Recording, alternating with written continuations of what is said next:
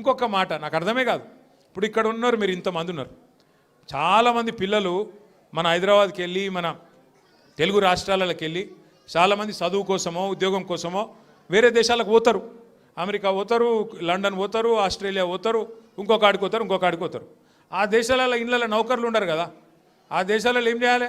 మనది మనమే పని చేసుకోవాలి, మన బట్టలు మనమే ఉతుక్కోవాలి, మన వంట మనమే వాడుకోవాలి, మన టాయిలెట్ మనమే క్లీన్ చేసుకోవాలి. ఈ పిచ్చోనికా ఏం తెలియదు, చదువుకున్న బాపత అయితేనేమో తెలుస్తుండే. ఇక మాట్లాడతాడు, ఏమంటాడు వీడు, ఇప్పటికీ అమెరికాలో బాత్రూమ్లు కడుగుతూనే అంటాడు నన్ను. అరే అమెరికాలో నా బాత్రూమ్ నేను కడుక్కున్నా, నీకేమో వచ్చిందిరా భయ్, నాకు అర్థం కాదు. అమెరికాలో ఎవరిది వాళ్ళు చూసుకుంటారు, పని చేసుకుంటే కూడా తప్పేనా? ఎవరి ఇళ్ళలో వాళ్ళు బాసాన్లు తోముకుంటే తప్ప, ఎవరి ఇళ్ళలో వాళ్ళు బట్టలు ఉతుకుంటే తప్ప అంటే మరి మా ఆడపిల్లలు మీరు అందరు ఉన్నారు, ఇంటి పని అంతా మీరే చేస్తారు, మరి ఇంటి పని మొత్తం మీరు చేస్తారు తప్ప అది? అట్లా మేము కూడా చదువుకున్నప్పుడు అమెరికాలో ఇంట్లో ఎవడుంటాడు మరి? ఎవరి పనాలు చేసుకోవాలి, ఎవరి గిన్నెలాలు దోముకోవాలి, ఎవరి బట్టలాలు ఉతుక్కోవాలి, ఎవరి టాయిలెట్లు క్లీన్ చేసుకోవాలి, తప్పేమున్నది అలా? దాన్ని పట్టుకొని టాయిలెట్లు క్లీన్ చేసేటోడు నీ లెక్క సంచులు మోయలే, నీ లెక్క దొంగ పనులు అయితే నేను చేయలే. ఇంకొక మాట ఏమంటాడు, నేనట మా అయ్య పేరు చెప్పుకొని బతుకుతున్నా అంట. అవు మా అయ్య గొప్పోడు, మా అయ్య తెలంగాణ తెచ్చిన మొగోడు మునగాడు, బరాబర్ చెప్పుకుంటాను, తప్పేమున్నది? మా అయ్య పేరు నేను కాకపోతే ఎవడు చెప్పుకుంటాడు, నాకు అర్థం కాదు. మా అయ్య మొగోడు మునగాడు తెలంగాణ తెచ్చినోడు, బరాబర్ చెప్తా. మరి నేనేమంటున్నా, నువ్వు సకట్ పనులు చేస్తే నీ పిల్లలు కూడా నీ పేరు చెప్పుకుంటారు. నువ్వు లుచ్చ పనులు చేసినావు అనుకో, నీ మన్మడు కూడా నీ పేరు చెప్పుడే గాలంగా మన్మని అని చెప్పుకోడు. మంచి పనులు చేయి, నీ పేరు కూడా చెప్పుకుంటారు. నీలాగా దొంగలకు సద్దులు కట్టుడు, బ్యాగులు మోసుడు, వాళ్ళ సంకల్ నాకుడు, ఢిల్లీకి పేమెంట్ కోటాలో పైసలు చచ్చుడు, గవి మాతో కావు.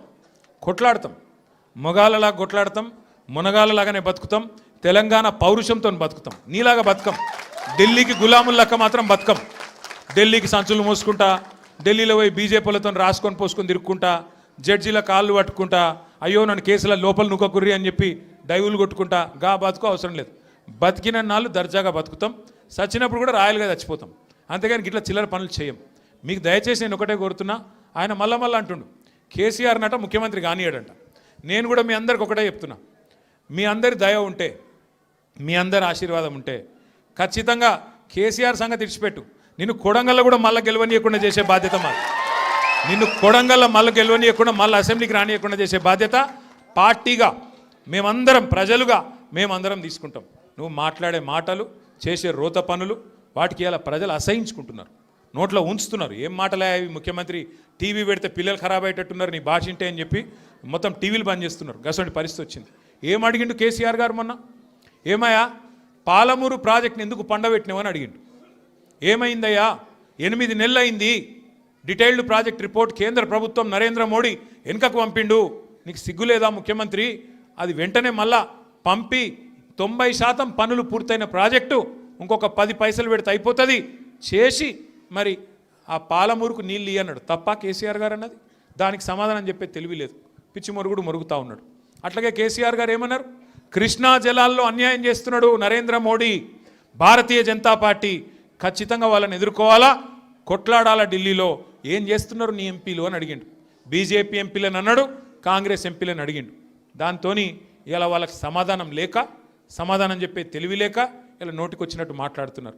ఇంకొక మాట ఏమన్నాడు కేసీఆర్ గారు, ప్రజలను నువ్వు మోసం చేసినావు, 6 గ్యారంటీలు అన్నావు, నెలకు 4,000 పెన్షన్ అన్నావు, తులం బంగారం అన్నావు, ఆడపిల్లలకు నెలకు 2,500 ఇస్తా అన్నావు, అన్ని 100 రోజుల్లో ఇస్తా అన్నావు, ఎప్పుడు ఇస్తావు? 2 ఏళ్ళు అయింది కదా అన్నాడు.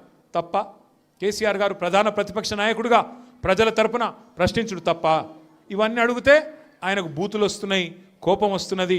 ఆయన రియల్ ఎస్టేట్ వ్యాపారానికి, ఆయన భూముల కుంభకోణానికి, ఫ్యూచర్ సిటీ పేరు మీద చేస్తున్న డ్రామాకు కేసీఆర్ గారు బలమైన వాదనతోని ప్రజలను మళ్ళొక్కసారి లేపి బయటికి తీసుకొస్తే ఆగమైతుంది బతుకని చెప్పి ఇష్టం వచ్చిన తిట్లు తిడుతున్నావు.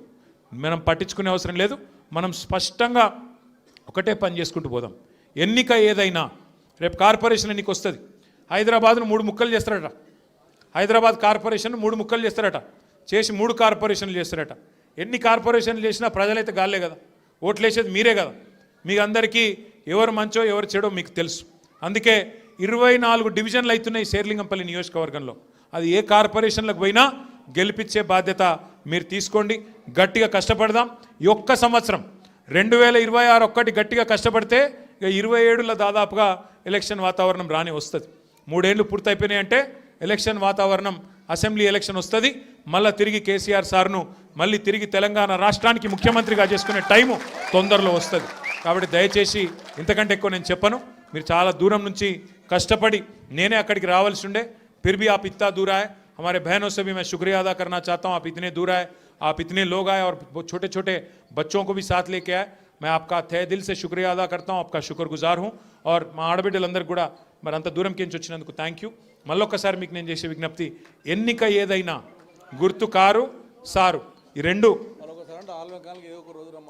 మళ్ళొక పూట ఎప్పుడో ఒక రోజు మళ్ళీ రమ్మంటుండే ఆల్విన్ కాలనీకి. ఈసారి చెప్పి పర్మిషన్ తీసుకొని కాదు, ఉత్తగానే వస్తా. అప్పుడు అందరం కలుసుకుందాం. జై తెలంగాణ.